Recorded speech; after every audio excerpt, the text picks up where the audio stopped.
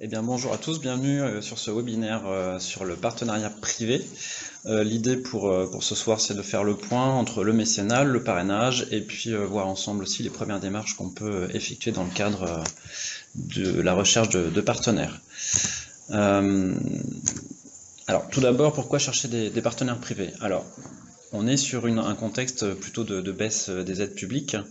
On a des budgets qui vont plutôt en augmentant avec différentes charges nouvelles ou en tout cas des compléments éventuellement à avoir. Donc l'idée c'est de trouver des financements pour des actions, des projets que l'on pourrait porter, pour éventuellement de l'emploi, mais ça peut être aussi l'occasion de réduire certaines dépenses. Alors, différents dispositifs existent en matière de partenariat privé, il s'agit du parrainage et du mécénat.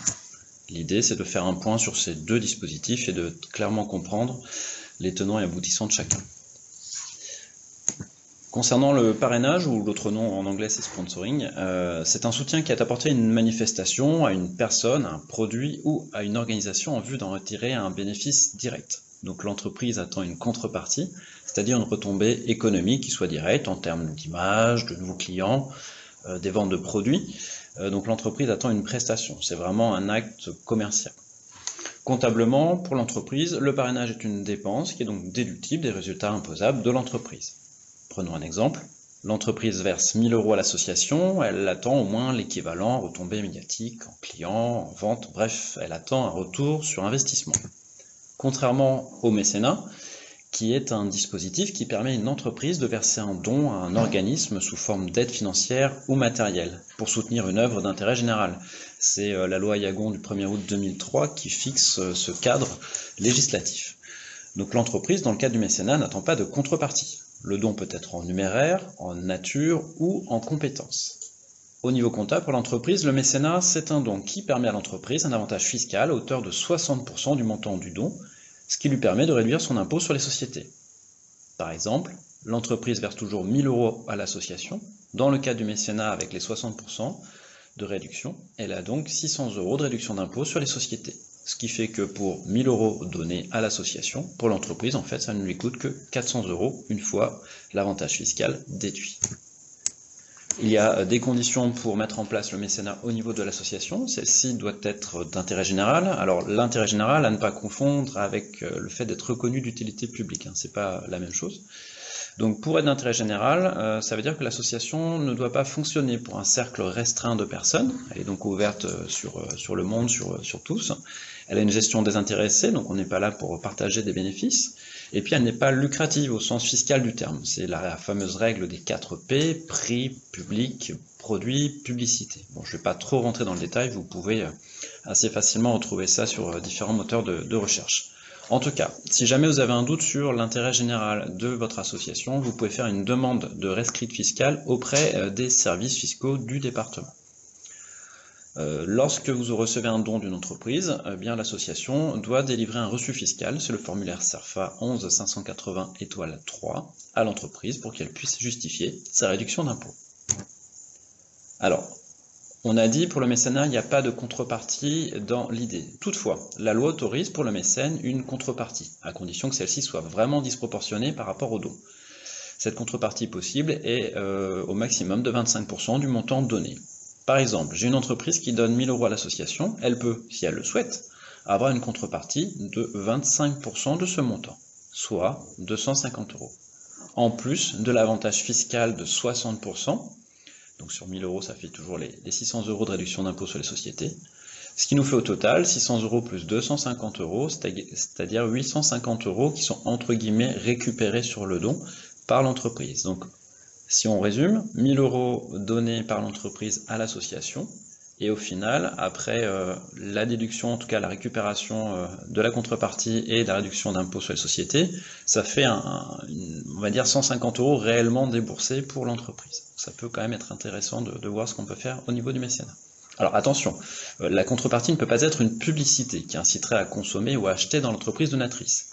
Un logo va être toléré ou toute autre contrepartie bien disproportionnée par rapport au don.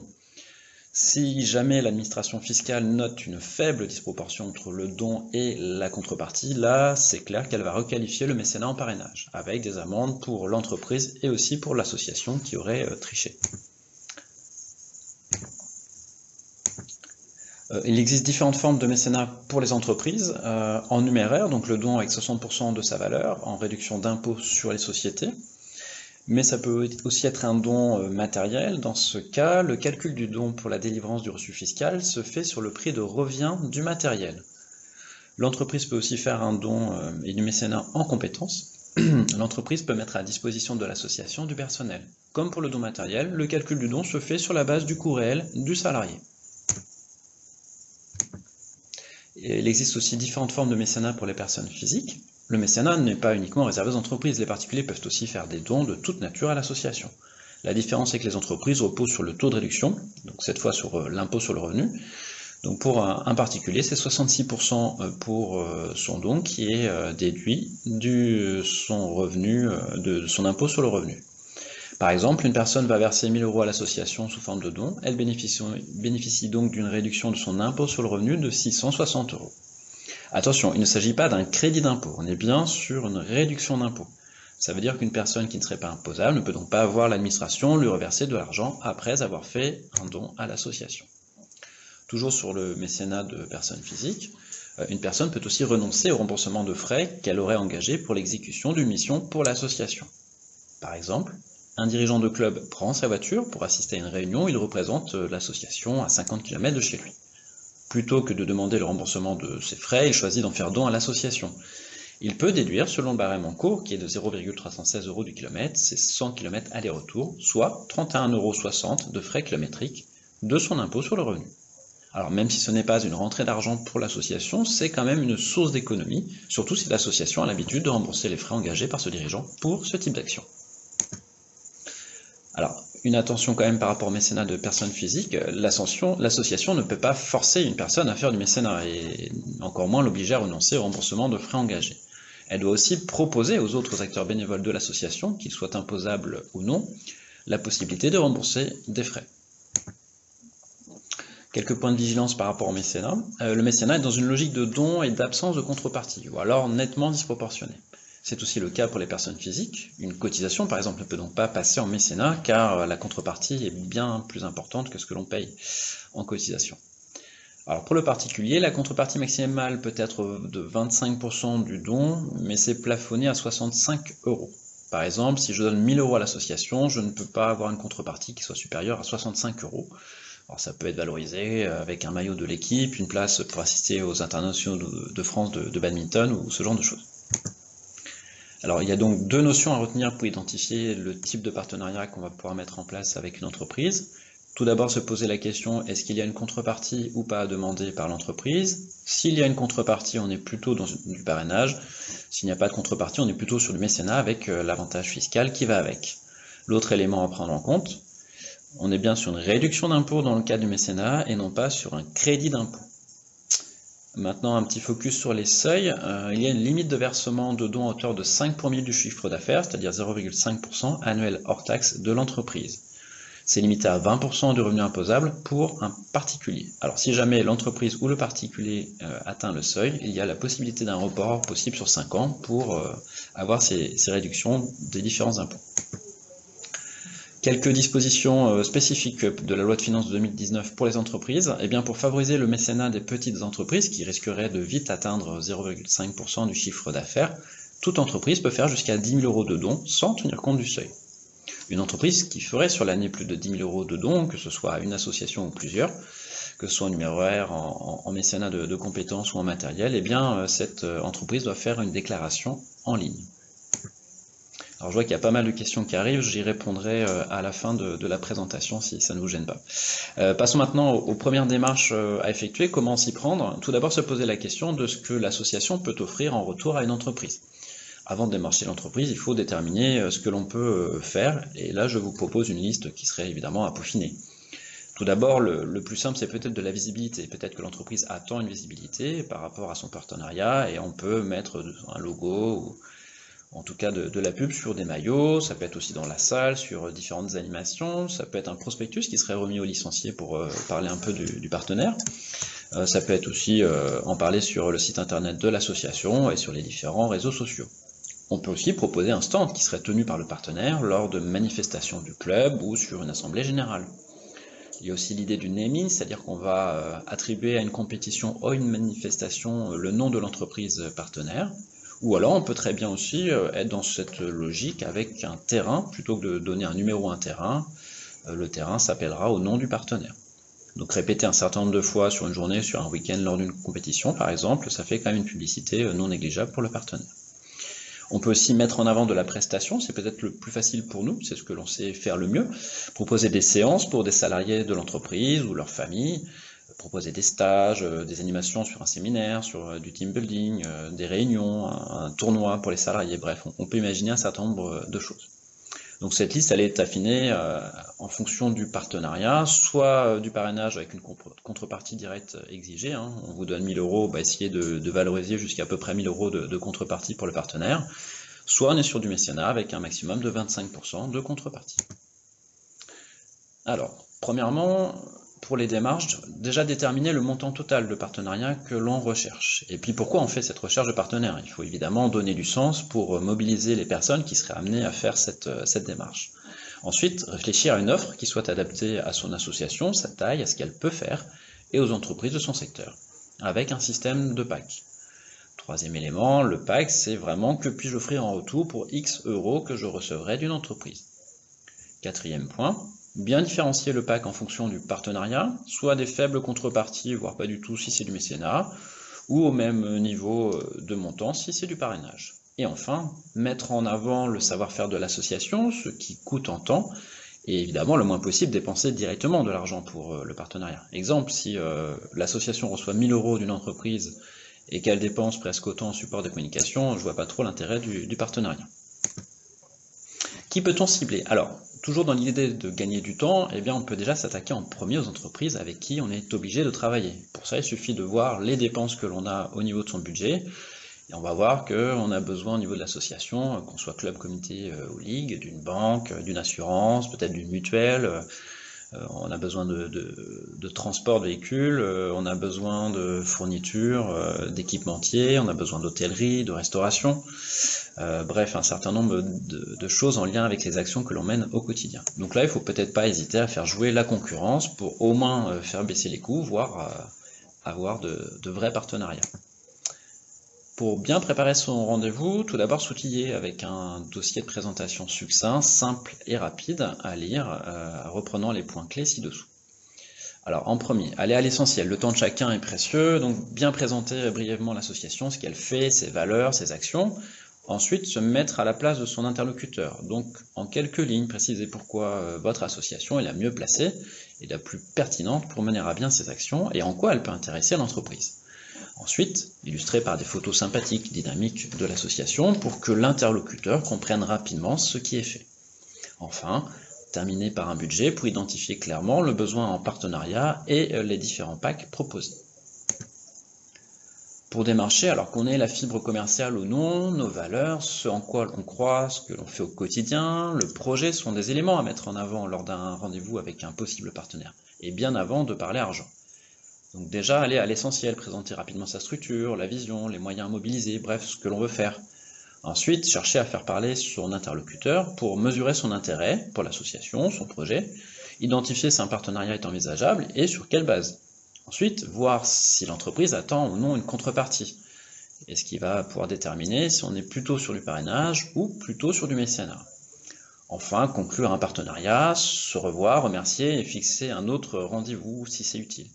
Et étudier la possibilité d'un contrat sur plusieurs années. On ne sait jamais, sur un malentendu, ça peut marcher, comme dirait Jean-Claude. Enfin, valoriser et remercier une fois le partenariat conclu. On peut établir une convention. Alors là encore, on ne va pas non plus faire de la paperasse pour rien, hein, si le montant le nécessite. Si on est au moins à 1000 euros de partenariat, on peut peut-être faire de la paperasse et définir précisément ce que chacun s'engage à faire. Si on est en dessous, bon, c'est à voir s'il y a vraiment utilité avec l'entreprise. Donc déjà, veiller à inviter son partenaire sur toutes les manifestations de l'association et bien respecter les termes du contrat, qu'ils soient moral ou écrit. Ensuite, remercier son partenaire, établir un bilan du partenariat et préparer celui de l'année suivante. Alors, pour aller plus loin, je vous propose 4 sites. Le premier, associatech.fr, qui est un centre de ressources pour un peu tous les sujets qui touchent les associations. Ensuite, amical.org, qui est vraiment spécialisé sur le mécénat avec beaucoup de fiches pratiques. Donc là, vous allez avoir l'ensemble des éléments, beaucoup d'éléments qu'on vient d'évoquer. Et enfin, 2 sites gouvernementaux, www.association.gouv.fr et www.servicepublic.fr, où là, vous retrouverez assez facilement l'ensemble des textes et règlements qui indiquent ce que l'on peut faire ou pas en partenariat, et notamment sur le mécénat. Voilà, je vous remercie pour votre écoute, et maintenant je vais passer à la phase plus de réponse aux questions qui ont été posées. Je vois qu'il y en a beaucoup, c'est très réactif, donc ça va permettre en plus de faire une synthèse de ce que je viens d'évoquer. Alors, première question, donc quel pourcentage est déduit du résultat de l'entreprise? Alors, si on a du mécénat, c'est 60% du montant du don qui est réalisé par l'entreprise qui est déduit de son impôt sur les sociétés. Une autre question, bonjour, doit-on avoir une autorisation particulière de l'administration pour pouvoir émettre un document CERFA à une entreprise? Alors, pour proposer le mécénat, l'association doit être d'intérêt général, c'est ce que j'avais évoqué, c'est-à-dire que l'association ne peut pas fonctionner pour un cercle restreint de personnes, elle doit avoir une gestion désintéressée et ne pas être lucrative au sens fiscal du terme, la règle des 4 P. Et en cas de doute, c'est là où on peut interroger l'administration fiscale en faisant une demande de rescrit fiscal. Pour les personnes physiques, peut-on valoriser un temps de présence, un joueur qui viendrait tenir un stage de badminton par exemple? Alors, on peut valoriser le temps de présence sur le plan comptable. D'ailleurs, j'attire votre attention sur le fait de bien jeter un œil sur le nouveau plan comptable. Il y a une réforme là récemment. Nouveau plan comptable des associations qui entre en vigueur au 1er janvier 2020. Alors pour revenir au temps consacré par une personne à l'exécution d'une tâche d'encadrement, par exemple, alors il faut être très vigilant, éviter toute dérive.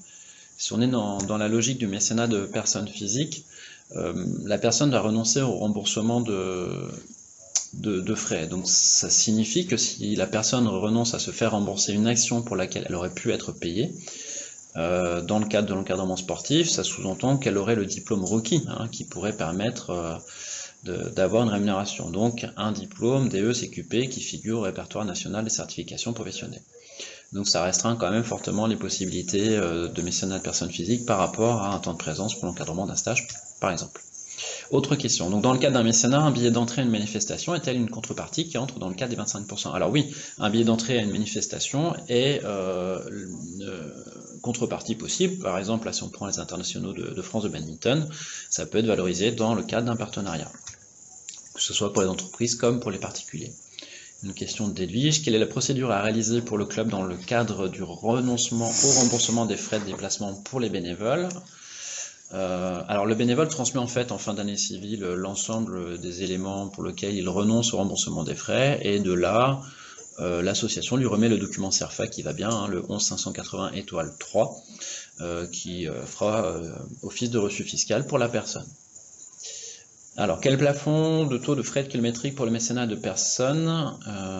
Alors, le barème kilométrique qui est en vigueur est à 0,316 € du kilomètre, donc à voir ce que ça donnera pour l'année qui vient. Et donc la personne récapitule dans un document les frais kilométriques qu'elle a engagés avec ce taux, voilà, tout simplement. Pour les séances d'entreprise, comment les personnes sont couvertes? Eh bien, si c'est une séance ponctuelle, on peut faire marcher l'assurance fédérale via la période d'essai que tout nouveau licencié peut avoir. Il y a aussi la possibilité de déclarer sur Pounal l'événement pour être assuré. Si on ne rembourse pas les kilomètres aux adhérents, doit-on le compter en don dans notre compta? Alors, dans la comptabilité de l'association, il n'y a que les frais réellement engagés ou reçus par celle-ci en charge produit, et dans les comptes 86 et 87, ce qui est valorisé en temps de bénévole ou en renonciation en remboursement de frais. Voilà, il n'y a que ça à mettre en avant. Question de Christophe. Alors, parmi les démarches pour offrir une visibilité aux entreprises, est-on capable de mesurer les impacts des retombées? Alors, c'est assez difficile de mesurer réellement les impacts, surtout en visibilité. Alors, il faut se poser la question de savoir combien coûterait aux partenaires un passage pub en radio, télé ou presse écrite si l'entreprise avait dû se la payer elle-même.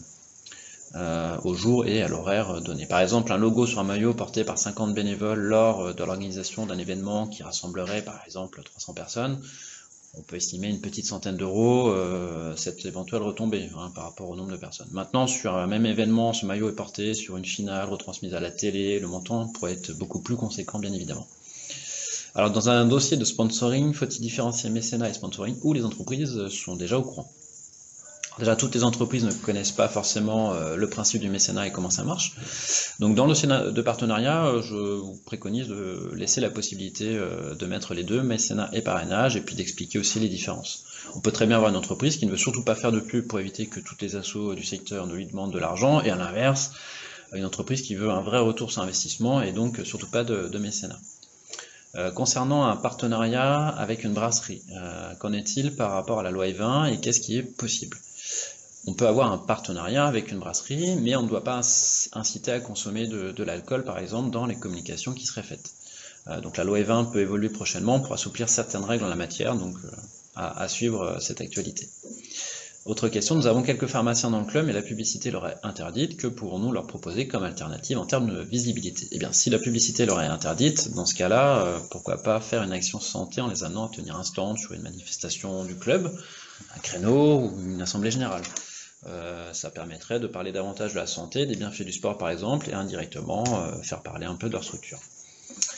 Quel montant demander aux entreprises pour une banderole lors d'un tournoi ou un flocage de maillot? Alors tout dépend de l'aura du tournoi, quelle retombée médiatique, combien de participants, d'accompagnateurs, de spectateurs, d'organisateurs, bref, vraiment mesurer l'impact potentiel de la compétition et son importance pour estimer grossièrement combien ça peut être négocié. Voilà.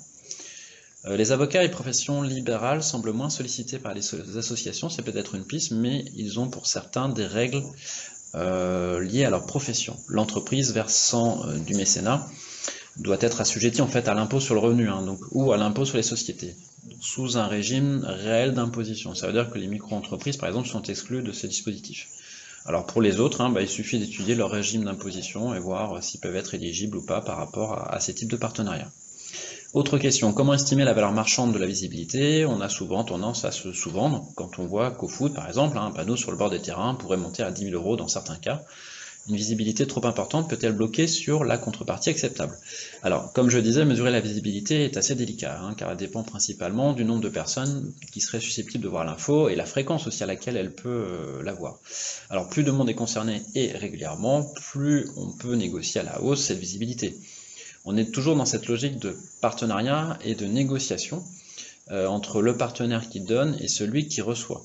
Et trouver un juste compromis pour que chacun s'y retrouve, c'est vraiment ce qu'il faut rechercher, tout en respectant les spécificités et du mécénat et du parrainage quant aux contreparties possibles. Faut-il bien que le bénévole fasse un courrier de renonciation de ses frais? Alors oui, avec les justificatifs qu'il doit fournir à l'association et en lien avec une mission qui relève de son mandat de dirigeant. Selon l'administration fiscale, après m'être renseigné, il peut être risqué de demander un rescrit fiscal. Pour une asso classique, comme les nôtres, par défaut c'est bon, par contre s'il y a un retour négatif, c'est mort à jamais.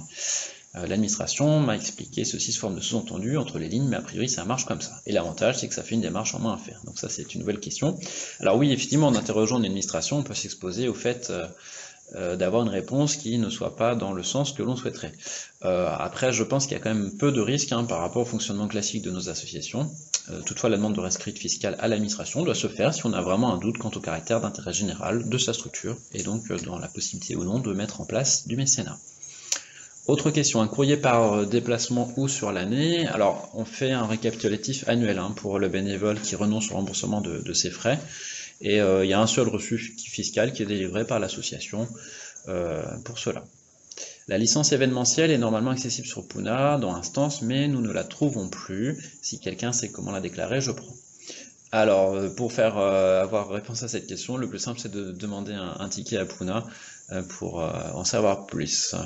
Alors, autre question, y a-t-il des partenaires cadres avec la fédération qui pourraient être aussi présents au local?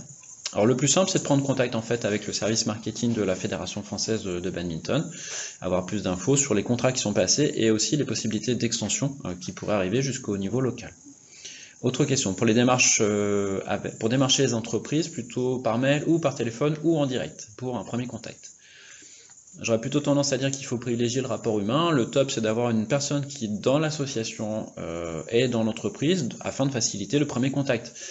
Sinon, prendre contact par écrit, si vraiment on n'a personne au sein de l'entreprise, et relancer par téléphone assez vite, si c'est une entreprise d'une taille assez importante.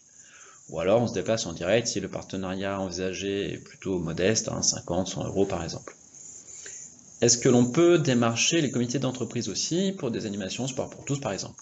Alors oui, passer par un CE, c'est une bonne piste pour voir la dynamique de l'entreprise, et puis au-delà d'un partenariat privé, on peut aussi mettre en avant le savoir-faire de l'association.